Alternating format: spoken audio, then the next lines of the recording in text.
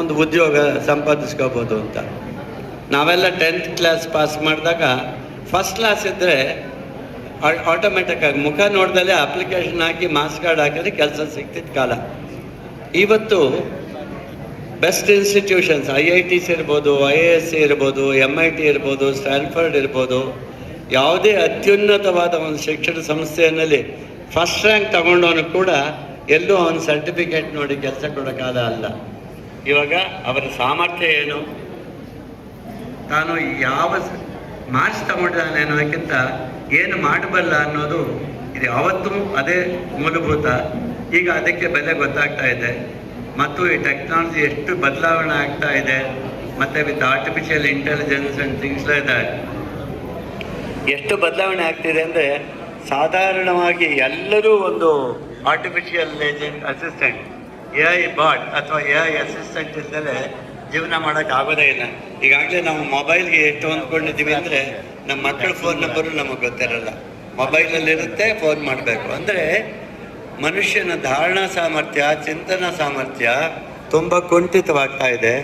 ಈ ಕಾಲದಲ್ಲಿ ನಮ್ಮ ಮಕ್ಕಳನ್ನ ಬೆಳೆಸೋದು ವಿದ್ಯಾಭ್ಯಾಸದ ಶಾಲೆಯಲ್ಲಿ ಅಷ್ಟೇ ಅಲ್ಲದೆ ಹೊರಗಡೆ ಏನೇನು ಅವರಿಗೆ ವ್ಯವಸ್ಥೆಯನ್ನು ನಾವು ಸೃಷ್ಟಿ ಮಾಡಬೇಕು ಅನ್ನೋದು ತುಂಬ ಯೋಚನೆ ಮಾಡಬೇಕಾಗತ್ತೆ.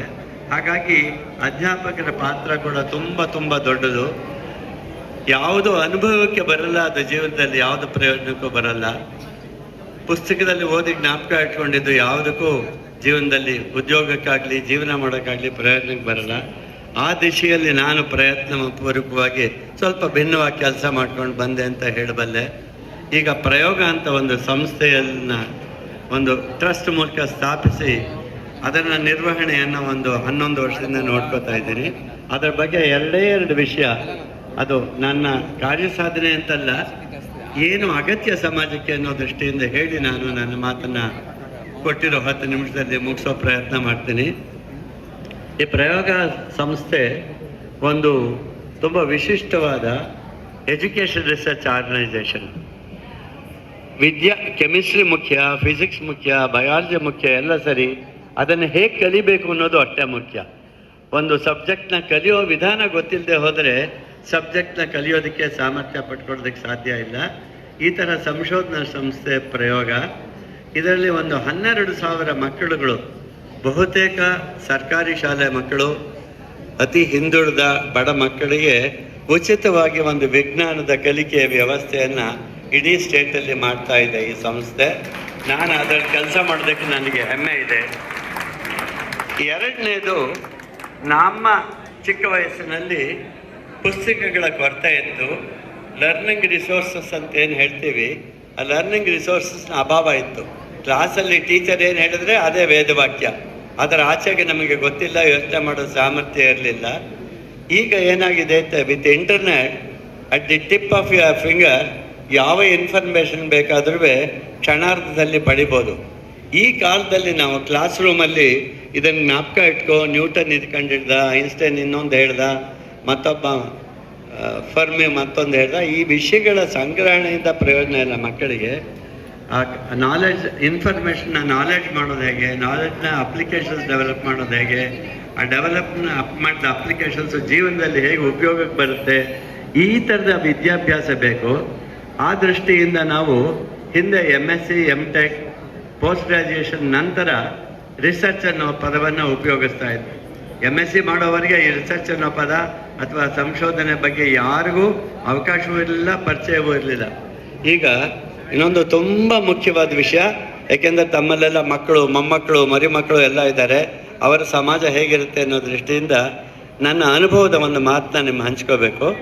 ಹೈಸ್ಕೂಲ್ ಮಕ್ಕಳುಗಳು, ಅದು ಸರ್ಕಾರಿ ಶಾಲೆಯಲ್ಲಿ, ಅದರಲ್ಲಿ ಬಹುತೇಕ ಫಸ್ಟ್ ಜನ್ರೇಷನ್ ಸ್ಕೂಲ್ ಗೋಯರ್ಸ್, ತಂದೆ ತಾಯಿಗೆ ಶಾಲೆಯ ಅನುಭವ ಇಲ್ಲ.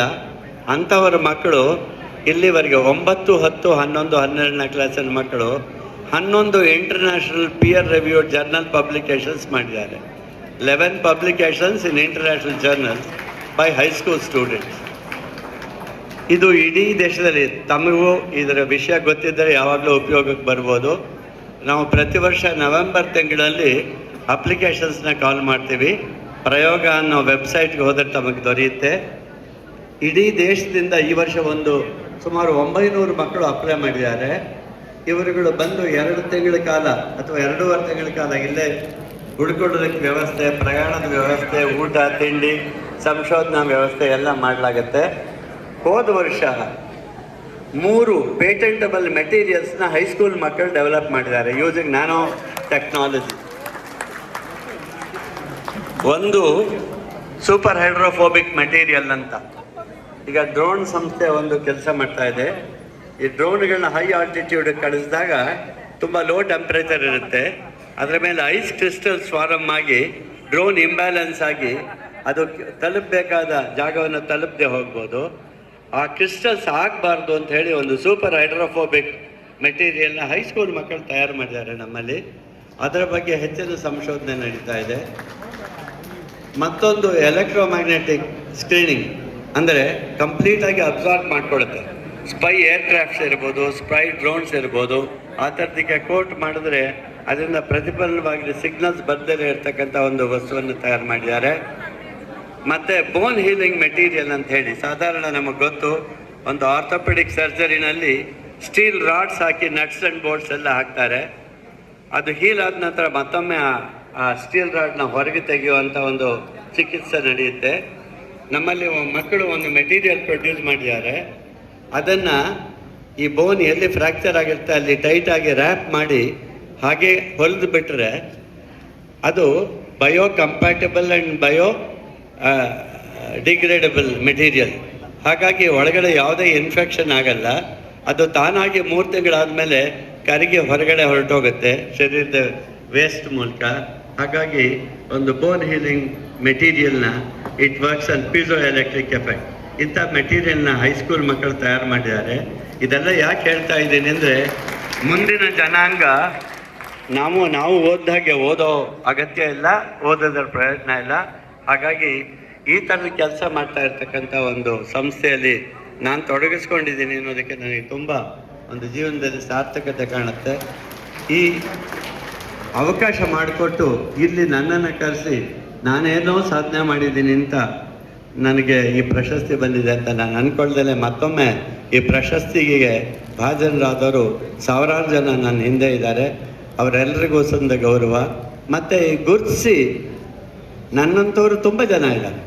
ನನ್ನನ್ನು ಗುರುತಿಸಿ ನೀವು ಈ ಪ್ರಶಸ್ತಿ ಕೊಟ್ಟಿದ್ದರೆ ಅದು ನಿಮ್ಮ ಅಭಿಮಾನ, ಪ್ರೀತಿ, ವಿಶ್ವಾಸಕ್ಕೆ ದ್ಯೋತಕವೇ ವಿನಃ ನನಗಲ್ಲ ಅಂತ ಹೇಳಿ ಮತ್ತೊಮ್ಮೆ ನಿಮಗೆ ಧನ್ಯವಾದಗಳನ್ನು ಹೇಳಿ ನನ್ನ ಮಾತನ್ನು ಮುಗಿಸ್ತೇನೆ. ನಮಸ್ಕಾರ.